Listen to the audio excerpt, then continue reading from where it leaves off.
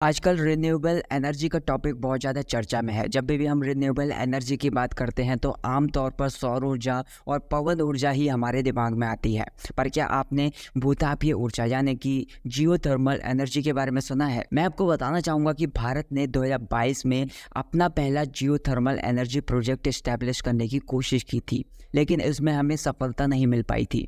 लेकिन अब आप देखेंगे कि लद्दाख में जून के महीने में इसके लिए फिर से कोशिश की जाएगी। आप इस न्यूज़ को जल्द ही देख पाएंगे कि ओएनजीसी जून में भारत के पहले रिन्यूएबल एनर्जी प्रोजेक्ट के लिए लद्दाख में ड्रिलिंग करने जा रही है।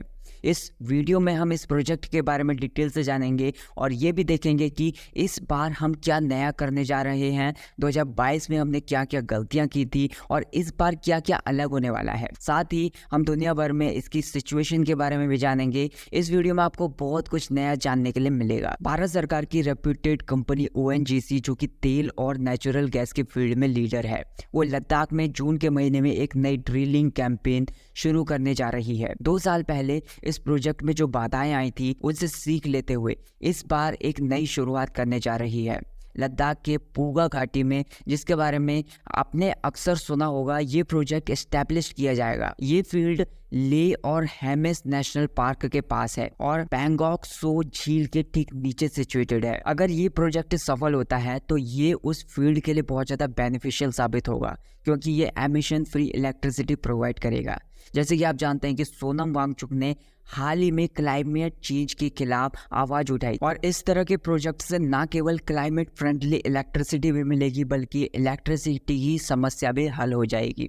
इससे स्पेस हीटिंग और सिंचाई जैसी सुविधाएं भी पॉसिबल हो पाएंगी, जो लद्दाख के ठंडे मौसम में बहुत ज़्यादा जरूरी है। ओएनजीसी जून के दूसरे या तीसरे हफ्ते में पहले कुएं की ड्रिलिंग करने शुरू करेगी और प्रोजेक्ट के अनुसार 2 कुएं खोदे जाएंगे। ये लगभग 1000 मीटर तक गहरा होगा। जून से शुरू होकर सितंबर तक ये काम पूरा होने की उम्मीद है और अगर ये सब कुछ ठीक रहा तो अगले साल तक 1 मेगावाट क्षमता का पावर प्लांट एस्टैब्लिश कर दिया जाएगा। मैं आपको समझाता हूँ। देखिए, इलेक्ट्रिसिटी का प्रोडक्शन यहाँ पर कैसे होगा। जब हम यहाँ पर कुआं खोदेंगे तो वहाँ पर तेल नहीं बल्कि गर्म पानी निकलेगा, जो जियोथर्मल एनर्जी का एक सोर्स है। इस प्रोजेक्ट के बारे में मैं आपको डिटेल से और आगे बताऊंगा, पर फिलहाल आप इतना समझ लीजिए कि धरती के नीचे से निकलने वाले गर्म पानी या फिर जो भी भाप है, उसका यूज़ हम टरबाइन को चलाने के लिए करते हैं। जब टरबाइन चलती है तो उससे इलेक्ट्रिसिटी प्रोड्यूस होती है। यहाँ का मेन पर्पस ये है कि जो पानी निकाला जाएगा उसका टेम्परेचर लगभग 220 डिग्री सेल्सियस हो सकता है।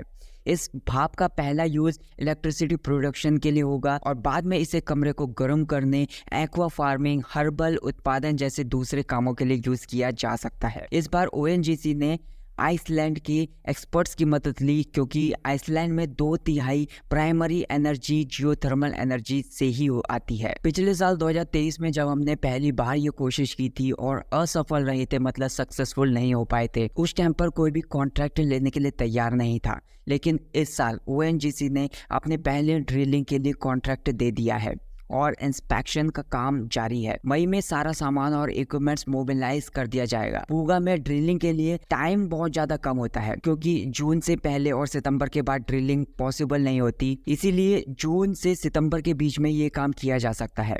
लद्दाख का ठंडा क्लाइमेट और कम ऑक्सीजन की वजह से बड़े मशीनों को लाने में बहुत ज़्यादा दिक्कत होती है और एरोप्लेन में भी भारी इक्विपमेंट्स लाना बहुत ज़्यादा मुश्किल होता है। इसी वजह से जून से सितंबर तक ही ड्रिलिंग का काम किया जा सकता है। आपके मन में ये क्वेश्चन आ रहा होगा कि 2022 में आखिरकार हुआ क्या था। उस साल ओएनजीसी ने ड्रिलिंग की कोशिश की थी, लेकिन जो पानी निकला वो बेकाबू था। अनकंट्रोल्ड वे में वो निकल रहा था और उसको संभालना बहुत ज़्यादा मुश्किल हो गया था। इसी वजह से प्रोजेक्ट को रोक दिया गया था। इस बार ठेकेदार ने एडवांस्ड इक्विपमेंट्स मंगवा लिए हैं, ताकि अगर फिर से पानी अनकंट्रोल्ड रूप से निकले तो उसे कंट्रोल करने के लिए ब्लो आउट प्रिवेंटर लगाया जा सके। पिछले साल जैसे कि मैंने आपको बताया था कि कोई भी ठेकेदार इसमें इंटरेस्ट नहीं दिखा रहा था। अब बात करें जियोथर्मल एनर्जी की, तो ये एक प्रकार की रिन्यूएबल एनर्जी है, जैसे कि सोलर एनर्जी। ये जो एनर्जी है पृथ्वी के अंदर गर्मी से आती है, जो पृथ्वी के निर्माण के समय से लगातार उत्पन्न होती रहती है और रेडियो एक्टिव क्षय से भी आती है। इस गर्मी की वजह से पानी गर्म हो जाता है और ये गर्म पानी का यूज़ हम अलग अलग तरीक़ों से कर सकते हैं। ये जो प्रोजेक्ट है ना केवल आर्थिक रूप से लाभकारी है बल्कि ये टूरिज़्म के लिए भी एक अट्रैक्शन का केंद्र बन सकता है।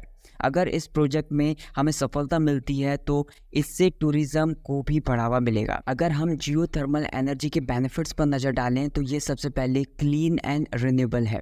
जो पानी हम धरती से निकालते हैं उसका यूज़ टरबाइन चलाने में होता है और ये पानी जब ठंडा हो जाता है तो उसे वापस धरती के अंदर भेज दिया जाता है। ये एक तरह से एनवायरमेंटल फ्रेंडली है। दूसरा ये है कि विश्वसनीय बेस लोड पावर सोर्स है। जैसे सोलर एनर्जी और विंड एनर्जी मौसम पर निर्भर रहती है, उस पर डिपेंड करती है।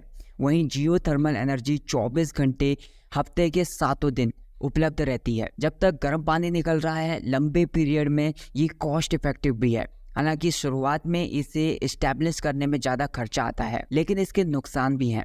पहला ये कि लोकेशन पर डिपेंड करता है, हर जगह इसे इस्टेब्लिश नहीं किया जा सकता। दुनिया भर में ऐसे प्रोजेक्ट्स लिमिटेड हैं और ज़्यादातर वहीं पाए जाते हैं जहाँ जियोलॉजिकल एक्टिविटीज़ ज़्यादा होती है। दूसरा, स्टार्टिंग की कॉस्ट ज़्यादा होती है। तीसरा, जियोलॉजिकल रिस्क होते हैं जैसे कि भूकंप से जुड़ी हुई एक्टिविटीज़। इसके अलावा ड्रिलिंग के दौरान हानिकारक गैसें जैसे कि हाइड्रोजन सल्फाइड भी निकल सकती है। और लास्ट में कुएं की जो जीवन अवधि होती है वो लिमिटेड होती है। एक टाइम के बाद गर्म पानी का सोर्स खत्म हो जाता है। अगर हम रिन्यूएबल एनर्जी की फील्ड में इसके योगदान की बात करें तो 2022 तक ग्लोबली रिन्यूएबल एनर्जी की प्रोडक्शन क्षमता में इसका योगदान केवल 0.4% था। अब मैं आपको जियोथर्मल एनर्जी के बारे में बताता हूँ। इंटरनेशनल रिन्यूएबल एनर्जी एजेंसी की रिपोर्ट के अनुसार दुनिया भर में इस टाइम पर जियोथर्मल एनर्जी की एस्टेब्लिशमेंट क्षमता केवल 14.9 गीगावाट है। Indonesia, Italy, Kenya, Mexico, New Zealand, Iceland और फिलीपींस जैसे देशों में इसकी सबसे बड़ी एस्टेब्लिशमेंट कैपेसिटी देखने को मिलती है।